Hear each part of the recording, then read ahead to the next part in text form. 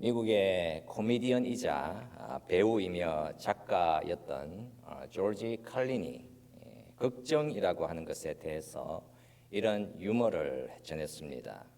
인생에서 걱정할 일은 4가지가 있다. 딱 4가지. 만약 당신이 건강하다면 걱정할 일은 아무것도 없다. 그러나 만약 당신이 아프다면 걱정할 일은 2가지다.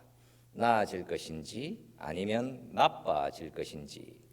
나아진다면 걱정할 일은 아무것도 없다. 그러나 나빠진다면 걱정할 일은 2가지다.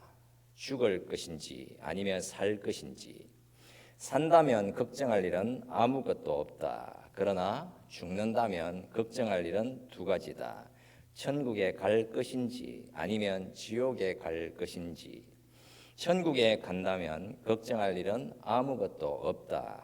그러나 지옥에 간다면 거기에 온 사람들과 악수하느라 너무 바쁠 것이므로 걱정할 일은 아무것도 없다. 이런 유머입니다. 이 유머는 다양한 형태로 변형이 되어서 오늘날에 전해지고 있습니다. 가령 이 유머의 제일 마지막 부분이 새로운 형태로 나왔습니다. 천국에 간다면 걱정할 일은 아무것도 없다. 그러나 지옥에 간다면 걱정할 일은 2가지다. 구워질지 아니면 튀겨질지 라고 하는 농담입니다. 사실 이 유머가 있기 전에 오래전부터 이와 흡사한 내용은 한국의 성철 스님이 전했고 그 이전에 고대의 철학과 불교와 도교에서 이미 수천 년 동안 사용되어 온 것입니다. 제일 마지막 부분에 지옥에 간다면이라고 하는 글이 나오게 되는데 성철 스님은 이렇게 말을 했습니다. 지옥에 갈 것 같으면 지옥 갈 사람이 무슨 걱정이냐라고 말입니다.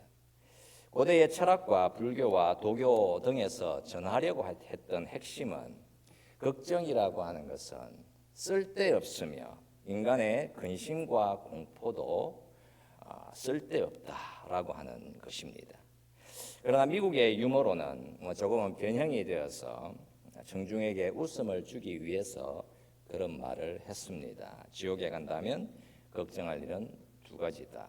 구워질지 아니면 튀겨질지 라고 했는데 이는 상당히 웃음을 선사하기는 하지만 사실은 더 큰 두려움을 야기시키는 것이기도 합니다. 웃을 수는 있지만 사실 마음이 그렇게 편한 것은 아니겠지요. 그렇다면 예수를 믿는 성도들은 어떤 것 같습니까? 예수 믿는 성도는 아무런 걱정이 없는 것입니까? 아니면 질문을 달리 표현하면 우리 예수 믿는 성도가 가장 크게 간직해서 신경을 써야 할 부분은 도대체 무엇인가라고 하는 질문입니다.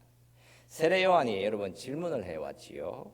오실 그이가 당신이오니까 아니면 우리가 다른 일을 기다리오리까? 이 질문에 대해서 예수께서 주신 대답은 무엇이었습니까? 본문 6절이 예수님이 주시려는 간절한 대답입니다. 누구든지 나로 말미암아 실족하지 아니하는 자는 복이 있도다. 너무나도 중요한 말씀입니다. 이 말씀은 물론 우리의 모든 근심과 불안함을 다 해결해 주는 말씀입니다. 사실은 이 말씀이 우리의 인생이 마주할 수 있는 가장 큰 고뇌와 아픔과 절망을 해결해 줄 수 있는 생명의 말씀입니다. 지옥 권세라고 하는 압도적인 두려움을 없애는 것이 전부가 아닙니다. 예수님이 길과 진리와 생명이시기에 예수님이 인도하시는 길이 진리와 생명의 길인 것입니다. 세례 요한이 누구입니까?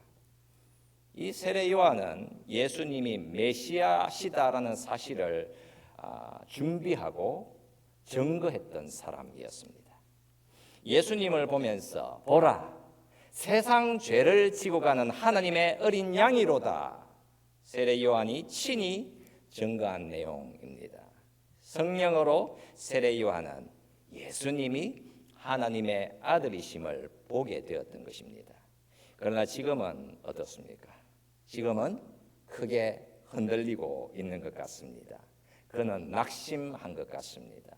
그래서 감옥에 있던 그가 자신의 제자들을 예수님께로 보내어서 물어왔습니다. 오실 그이가 당신인가? 아니면 우리가 다른 일을 기다려야 하는가? 정말 위대한 선지자 세례 요한이 왜 이렇게 심각한 절망과 낙심에 빠져 있는 것이겠습니까? 표면적으로 보게 되면 자신의 삶이 심각하게 좋지 않았기 때문인 것 같습니다. 그는 지금 감옥에 갇혀 있으며 자신의 생명이 큰 위험 앞에 놓여져 있었기 때문입니다. 그러나 이것이 사실 세례 요한에게 있어서 가장 큰 어려움은 아니었습니다.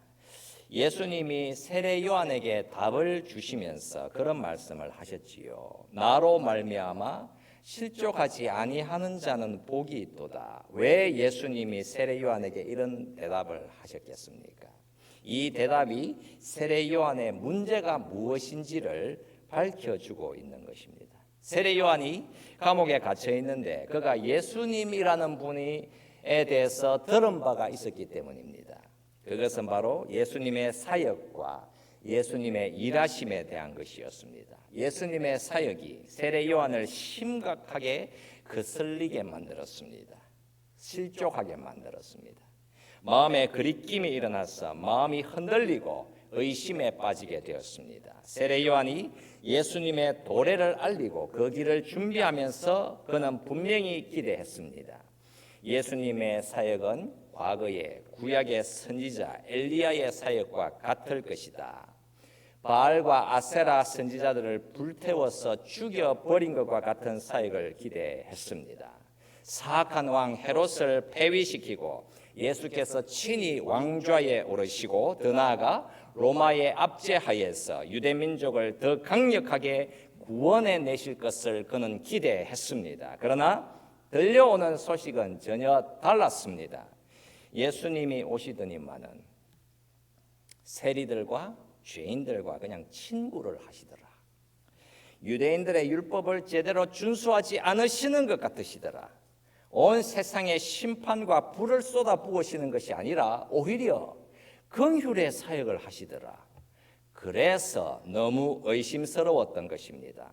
자신이 기대했던 바 예수님은 이제 불로 임하셔서 죄인들을 다 몰아내어 심판하시고 외세를 몰아내시고 다윗의 왕위를 세워서 영원한 메시아 왕국을 세울 것이라고 생각을 했었는데 오히려 죄인들을 두둔해 주시고 죄인들과 지화자 먹고 마시고 하시니까 도무지 견딜 수 없었던 것입니다. 세례 요한도 그랬지만 다들 자신들이 원하는 그리스도 사상을 들고 살았던 것이었습니다. 세례 요한뿐만 아니라 이스라엘의 종교 지도자들, 유대인들조차도 다들 자기 중심적인 메시아를 기다린 것이었습니다. 우리라고 예외가 아닌 것이겠지요. 우리가 과연 어떤 그리스도를 원하는가 물어보게 되면 성경에서 말씀하시는 그 예수님을 보고서 실족하지 않을 수가 없습니다. 결국 예수님의 제자들도 다 실족했고 예수님을 버린 자들 아니었습니까? 예수 그리스도의 사역이 세례 요한의 마음에 차지를 않았던 것입니다.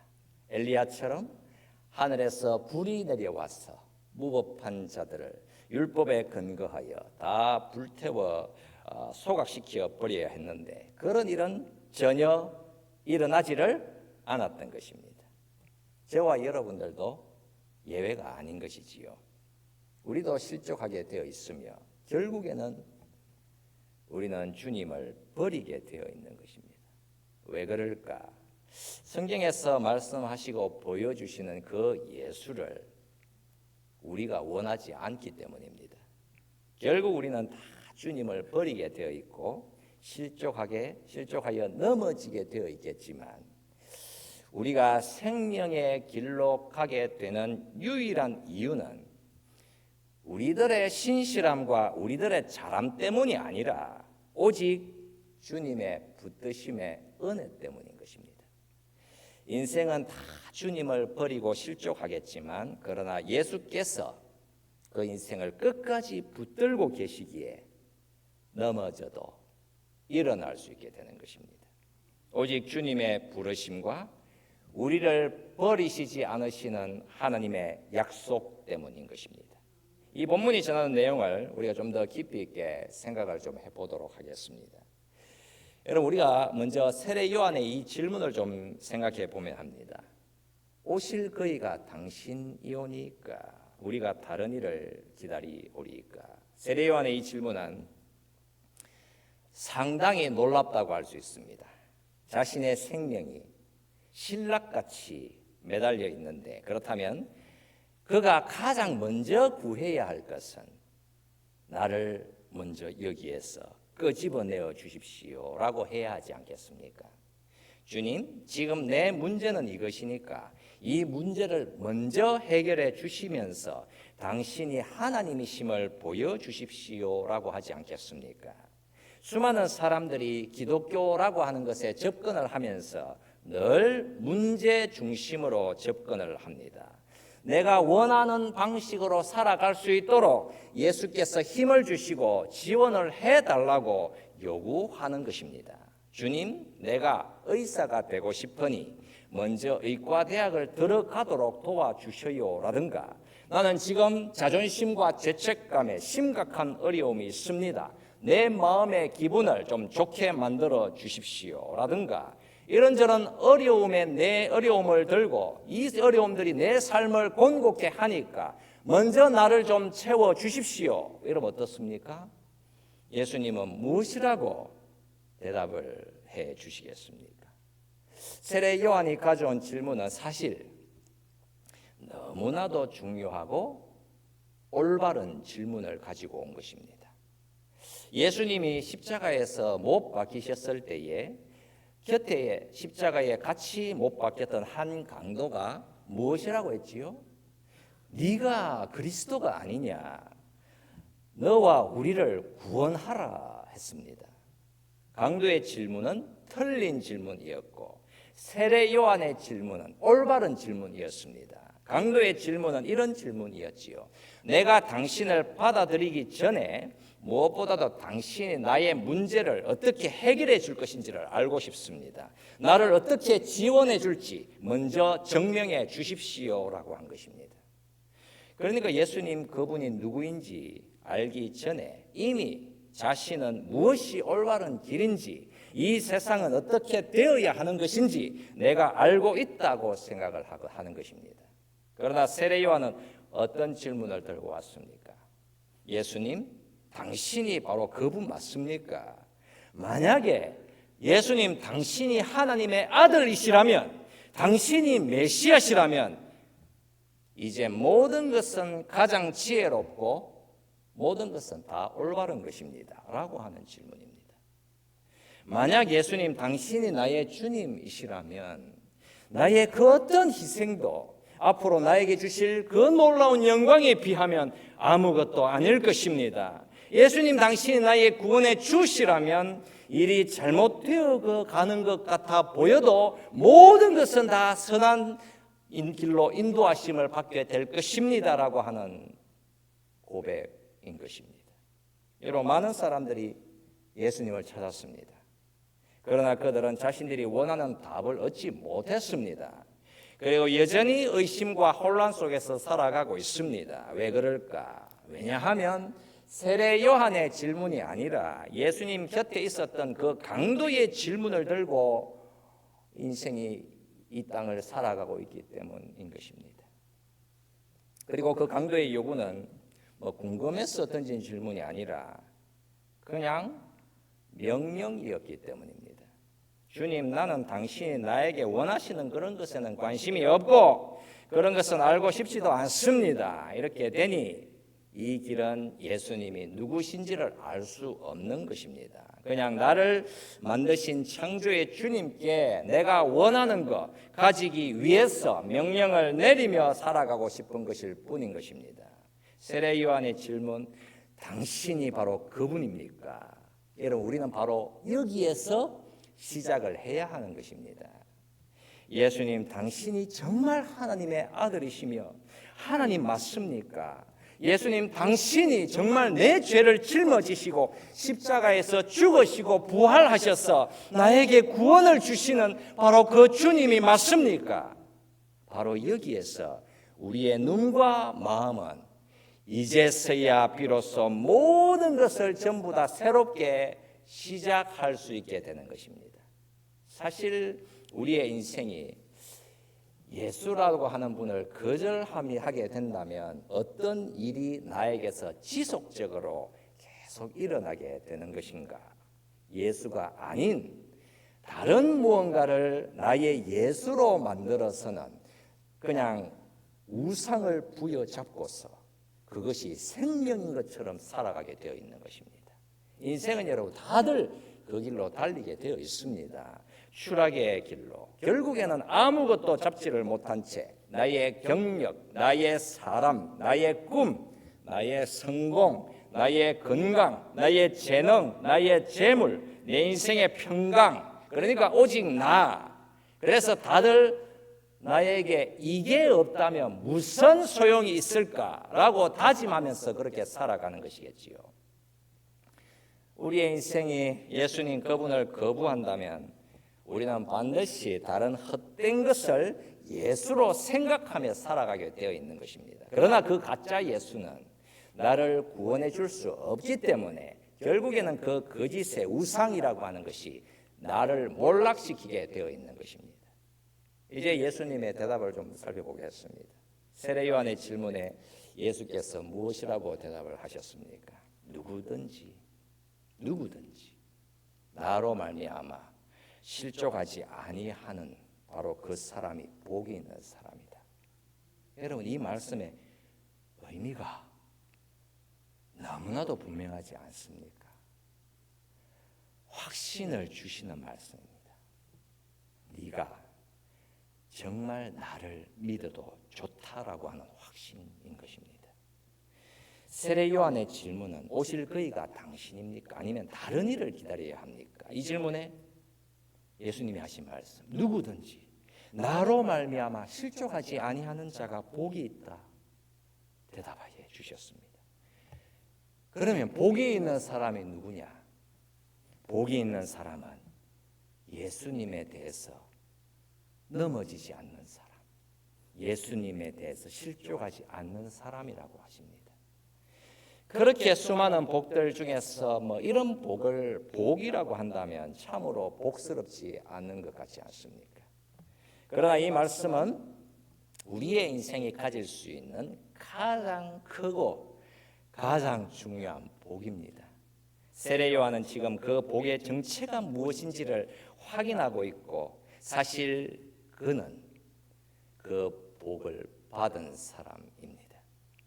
예수님이 세례 요한에게 전하시는 대답은 이런 것입니다. 너는 분명히 나에 대해서 실험했음에 틀림이 없다. 나에 대해서 너는 시험에 들었었고 나로 인해서 거슬림을 느꼈었고 받았으며 나를 의심했었고 그리하여 방황했으며 나에 대해서 그리낌이 일어났었고 나에 대해서 낙심했음에 틀림이 없다라는 대답입니다. 우리가 예수님이 누구신지를 마주하게 되는 순간 우리가 정말 힘들고 어렵고 방황하고 시험에 드는 이유가 나오게 됩니다. 그 이유가 무엇인가? 예수님이 들고 오시는 주장은 정말 너무나도 터무니가 없어 보이고 그의 주장은 우리를 참으로 힘들게 만듭니다. 가령 여러분, 2000년 전에 먼저 이 땅을 거쳐간 그 아브라함을 향해서 예수님이 하신 말씀, 아브라함이 나기 전부터 내가 있느니라. 내가 산자와 죽은 자, 하늘과 땅을 심판하러 다시 올 것이다. 도대체 예수님의 주장은 어느 정도로 크고 위력적인 것이겠습니까? 내가 너를 만들었다. 내가 우주 만물을 다 창조했다. 오직 나를 통해서만 네가 하나님을 만날 수 있다. 여러분 어떻습니까? 만약에 예수님의 주장을 직면하게 되면 많은 사람들이 다들 예수 그는 미친놈이다라고 하지 않겠습니까? 그러나 아니면 여러분 세례 요한이 생각하고 예상했던 것보다도 훨씬 더 크고 훨씬 더 압도적으로 위대하신 분이신 것입니다. 예수 그분이 나의 주시요 나의 메시아시요 나의 하나님이시라면 예수님으로 인해 생겨나는 실족함과 거슬림은 이제는 사실은 아무런 문제가 없는 것이며 예수님은 즉각적으로 나에게 모든 것을 요구하실 수 있는 바로 그분이신 것입니다. 과연 세례 요한은 메시아로 오신 예수님이 십자가로 가셔서 죽으셔야 한다는 사실을 알고 믿었겠습니까? 그가 성령의 감동으로 인하여 보라 세상 죄를 짊어지고 가는 하나님의 어린 양이다라고 증언을 했었는데 그 어린 양이 심판과 구원을 집행할 것이라고 믿었으나 그러나 하나님의 어린 양이 로마의 그 잔혹한 십자가의 형틀에 못 박혀서 죽을 것이라고는 예상할 수 없었습니다. 감옥에서 보니까 예수님은 군대도 조직도 동원하지 않았습니다. 예수 그가 죄인들을 그냥 끌어안으시더라. 미움을 받으시고 약함의 길을 가시더라. 도대체 무슨 일이 일어나고 있는 거지라고 물을 수밖에는 없었습니다. 나로 말미암아 실족하지 아니하는 그 자가 복이 있다. 바로 예수님께서 가시는 길에 대한 말씀입니다. 가령 우리가 우리 애가 참 좋아하는 친구에게 책을 선물로 주었습니다. 그렇게는 잘 안 하지만 생각을 좀 해봅시다. 우리가 우리의 친구에게 책을 선물로 사주었는데 그 책의 제목이 친구를 얻는 방법, 친구를 얻고 사람들에게 영향을 미치는 방법이라고 하는 책이었습니다. 이 책을 나의 친구에게 선물로 준다면 나의 친구는 이 책 제목을 보면서 과연 어떤 생각을 하겠습니까? 친구를 얻는 방법, 사람들에게 영향을 미치는 방법이라는 책이라고 한다면 이 책은 나의 친구를 상당히 기분 상하게 만들 수 있는 책인 것이겠지요. 내 친구 기분을 거슬리게 만들 수 있습니다. 친구를 얻고 사람들에게 영향을 미치는 방법이라고 하니까 마치 어떻게 들리겠습니까? 내 친구야, 너는 참으로 사회성이 부족하구나. 사람을 제대로 상대할 줄 모르는 것 같다. 너는 좀 이 책을 통해서 제대로 좀 배워야 할 것 같다. 그런 의미가 들어있는 것입니다. 그렇다면 나의 친구가 너는 도대체 왜 나에게 이런 책을 선물로 주었니? 라고 질문을 해오면 너에게는 반드시 이 책이 필요하니까 라고 대답을 해준다면 어떻겠습니까? 내가 사회성이 참으로 부족하고 정말 서투르고 부족한 사람이구나 라고 하는 사실을 인정하지 않고서 그 선물을 받을 수 있겠습니까? 속으로는 욕할 수 있겠지요. 바꿔서 예수께서 여러분 십자가의 길로 가신답니다. 십자가가 그러면 무엇입니까? 예수님이 저와 여러분들에게 십자가를 선물로 주시면서 과연 무엇이라고 말씀을 하시는 것이지요? 너는 정말 너무나도 많은 것을 잃어버렸으며 너는 너무나도 무기력하고 부족하고 위험해서 오직 나의 죽음만이 너의 죄에서 구원해낼 수 있기에 나의 죽음으로 네가 받아야 마땅한 것을 내가 대신 짊어질 것이다 라고 하는 충격적인 말씀을 내어놓으시는 것입니다. 너에게는 반드시 나의 십자가 은혜가 있어야 네가 산다. 어떻습니까 여러분? 나를 그냥 좌절시키고 나를 거슬리게 만들 것이겠지만 나를 거슬리게 만드는 것 없는 그런 예수를 믿고 산다면 내 인생에 예수님의 가치를 얼마나 크게 느끼며 살 수 있겠습니까?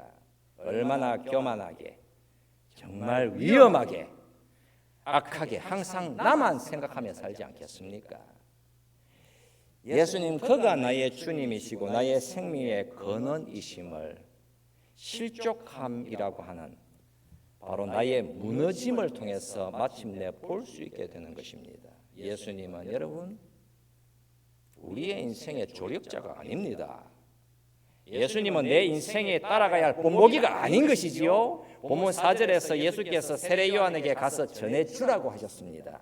너희가 가서 듣고 보는 것을 요한에게 알리되 맹인이 보며 못 걷는 사람이 걸으며 나병 환자가 깨끗함을 받으며 못 듣는 자가 들으며 죽은 자가 살아나며 가난한 자에게 복음이 전파된다 하라. 여러분, 예수님이 전하시는 이 말씀은 나는 죄인들과 약한 자들을 환영하고 그들을 사랑하신다라고 하는 말씀이었습니다. 왜 주님께서는 가난한 자들에게 복음을 전해주시는 것입니까? 그 이유는 복음이라고 하는 것을 들을 수 있는 사람이란 이 세상에서 잘난 사람들, 강한 사람들, 위대하고 성공한 사람들, 자신을 믿고 살아가는 교만한 사람들이 아니기 때문입니다. 연약하고 가난한 자들은 의지할 곳이 없기 때문에 주님을 붙드는 것입니다. 오직 십자가의 은혜로 구원을 받는다라고 주님이 선포하시기 때문에 누구든지 나로 말미암아 실족하지 아니하는 자가 복이 있다라는 말씀이 현실화되어서 적용이 되는 것입니다. 사람들은 다 그런 생각을 하는 것이거든요. 내일이 잘 된다. 왜 잘 되는 것일까? 그 이유는 내가 열심히 노력했으니까 라고 대답을 하고 싶은 것이겠지요. 그래서 대부분의 인생들이란 다들 그렇게 달리는 방향이 은혜를 받아야 산다라고 하는 십자가의 복음을 향한 길이 아니라 내가 해야 할 일을 잘하고 그래서 내 힘과 내 능력으로 도달할 수 있는 그런 자기 존재의 증명의 길, 그런 종교의 길을 원하는 것입니다. 우리가 영적으로 가난한 사람이라고 한다면 우리는 다 압니다. 나는 받아야 사는 가련한 인생이구나. 오 주님 내 곁에 오시옵소서. 수고하고 무거운 짐을 진 자들아 다 내게로 오라고 말씀을 하실 때에 오 주님 내가 바로 그런 사람입니다. 내가 바로 수고하고 무거운 짐을 진 인생입니다. 내 심령은 차갑고 무겁고 너무나도 가난하오니 오직 주님의 은혜만이 필요합니다. 여러분 우리가 이 자리로 반드시 나아가야 하는 것입니다. 우리가 이 말씀을 생각하면서 우리 함께 같이 동성으로 기도하십시다. 주님이 이 시간 여러분들의 마음에서 볼 수 있기를 원합니다. 여러분 복 있는 사람이 누구입니까? 예수님으로 인해서 실족하지 않는 사람입니다. 우리는 예수님 외에 여러분 다른 일을 기다릴 필요가 없습니다. 오직 예수 그분만이 우리를 구원하실 수 있습니다. 예수님만이 항상 나를 올바른 자리에 두실 수 있고 나의 위험과 부족에서 벗어나게 만들 수 있습니다. 우리의 심령을 예수님으로 채워주십시오. 헛된 근심과 불안에서 벗어나게 하시고 예수 그리스도의 생명을 우리 인생의 소망으로 삼아서 믿음으로 담대히 이 땅을 걸어가게 해달라고 우리 함께 같이 동성으로 기도드리겠습니다. 살아계신 우리 하나님 아버지 감사